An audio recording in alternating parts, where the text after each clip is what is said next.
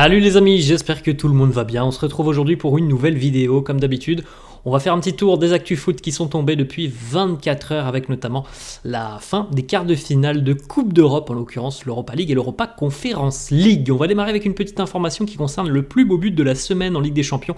Il a été décerné à Jan Madsen, le joueur du Borussia Dortmund. On enchaîne avec une information qui concerne Hugo Ekitike, l'ancien parisien. L'option d'achat d'Hugo Ekitike à Francfort va être levée automatiquement.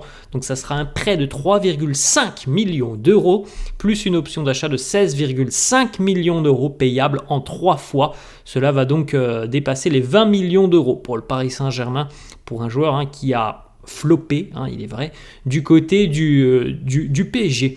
On enchaîne les amis avec une petite déclaration du président lillois Olivier Létang qui a réagi au comportement d'Emiliano Martinez, le bourreau de l'équipe de France lors du mondial et le bourreau des Dogs hier en Europa Conférence sur la séance des tirs au but.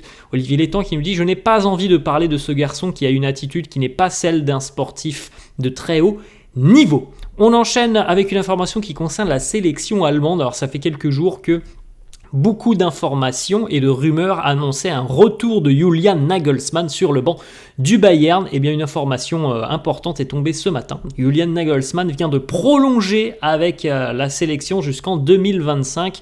Donc il y a évidemment très peu de chances maintenant qu'il rejoigne le Bayern et qu'il fasse son retour sur le banc bavarois.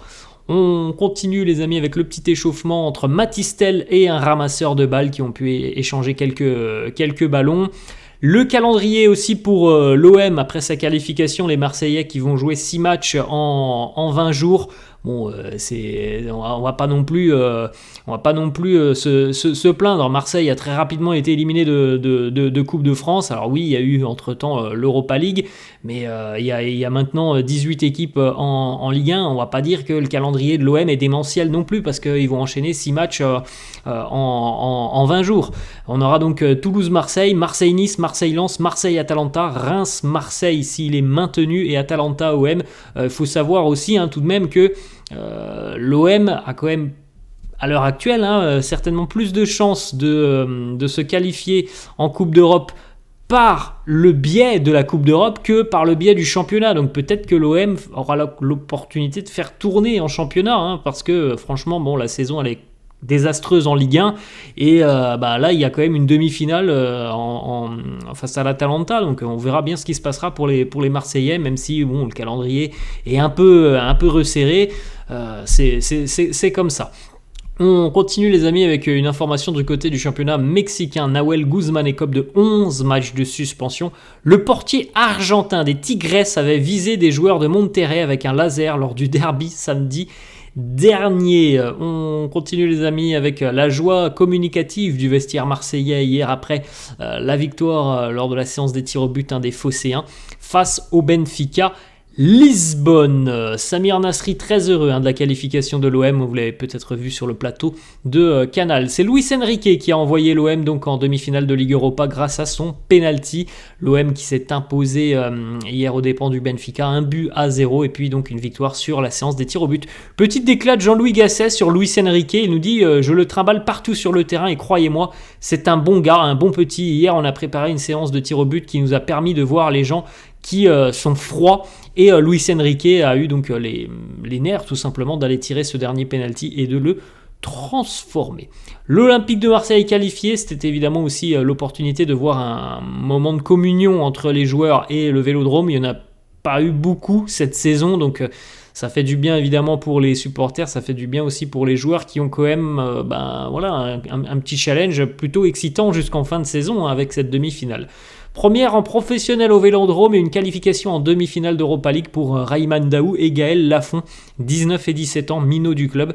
On sait que l'OM a beaucoup de pépins physiques et c'est pour ça aussi que pour compléter le groupe, Jean-Louis Gasset a dû faire appel à des jeunes minots du groupe.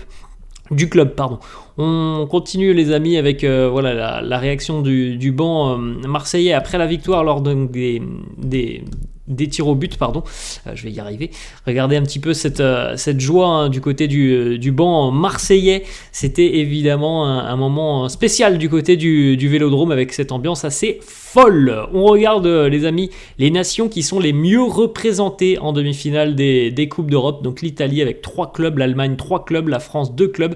S'en suivent donc l'Angleterre, l'Espagne, la Grèce et la Belgique avec un club. On continue les amis avec l'autre affiche donc de demi-finale de Ligue Europa, la Roma de Daniele De Rossi qui vient d'éliminer quand même l'AC Milan et qui va affronter l'invincible Bayer Leverkusen qui n'a pas perdu hier, qui est allé chercher de nouveau un but à la 89e minute.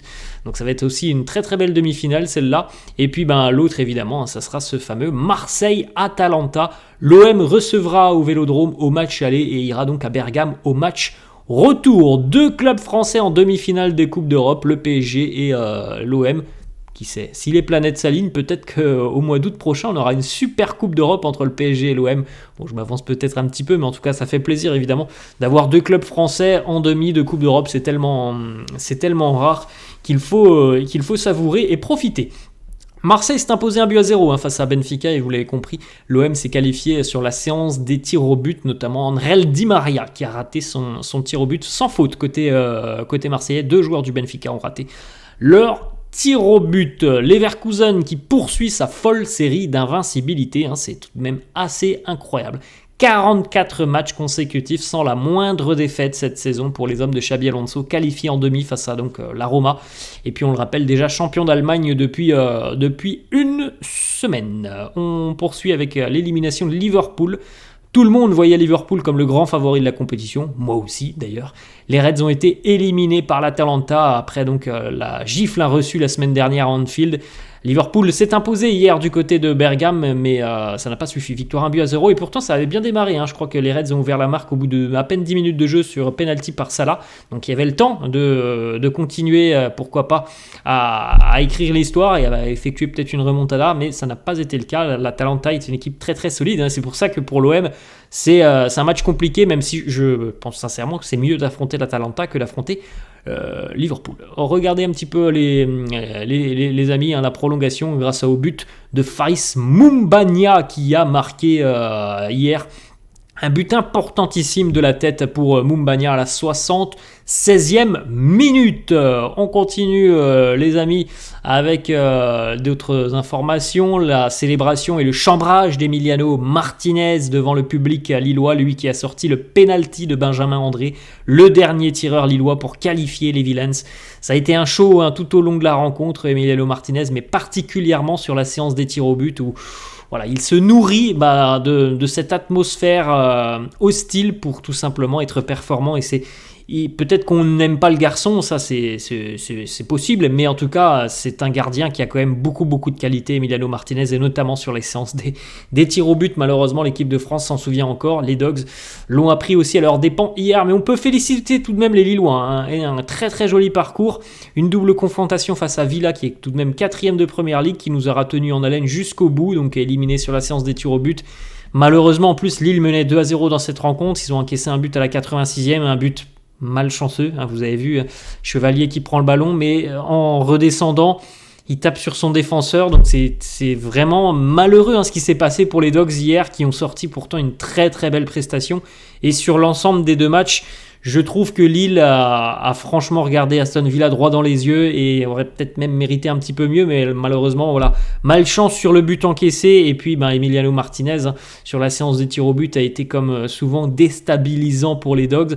Il faut souligner aussi les Chevaliers qui a sorti un arrêt sur la séance des tirs au but, mais ça n'a pas suffi. On continue les amis avec Emiliano Martinez qui a pris 2 cartons jaunes hier sur cette rencontre. Alors normalement 2 cartons jaunes ça veut dire carton rouge. Mais hier il en a pris un pendant le match pour gain de temps. Et il a pris aussi un autre carton jaune sur la séance des tirs au but. Et donc la séance des tirs au but n'étant pas considérée comme faisant partie du match, on ne peut pas exclure le portier alors que Martinez a reçu 2 jaunes hier. On continue les amis avec l'œuf qui a poussé sur le crâne du Brésilien Ismaili hier à la suite d'un choc.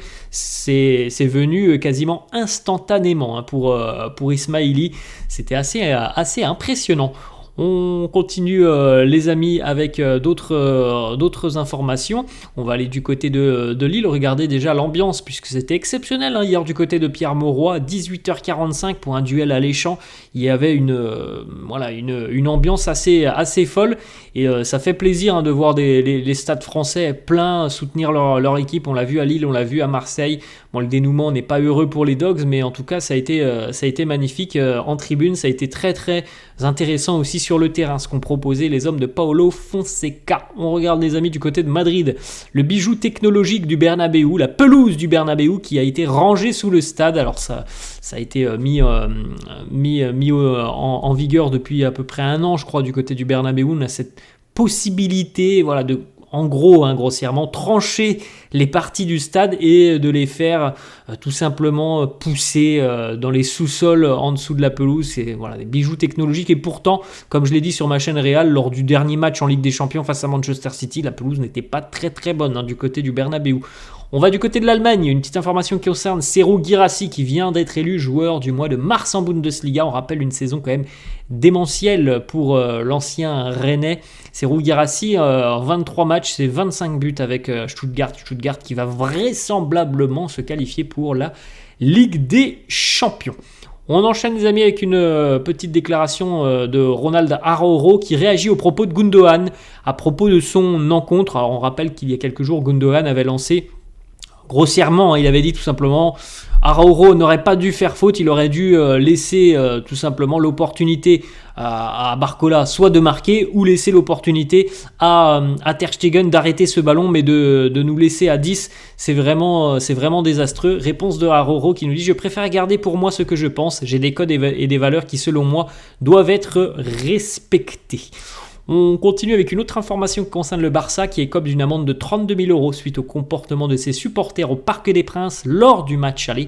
Fumigène, feu d'artifice, dégradation, incident raciste dans le parcage. 32 000 € d'amende pour les Blaugrana. La Ligue de football professionnel va vraisemblablement reporter le match de la 32e journée de Ligue 1 pour permettre au PSG de bien préparer sa demi-finale de Ligue des Champions. Nice-PSG qui devait se jouer le 4 ou 5 mai sera donc reporté. La même décision sera prise pour l'OM qui devait affronter le Stade de Reims.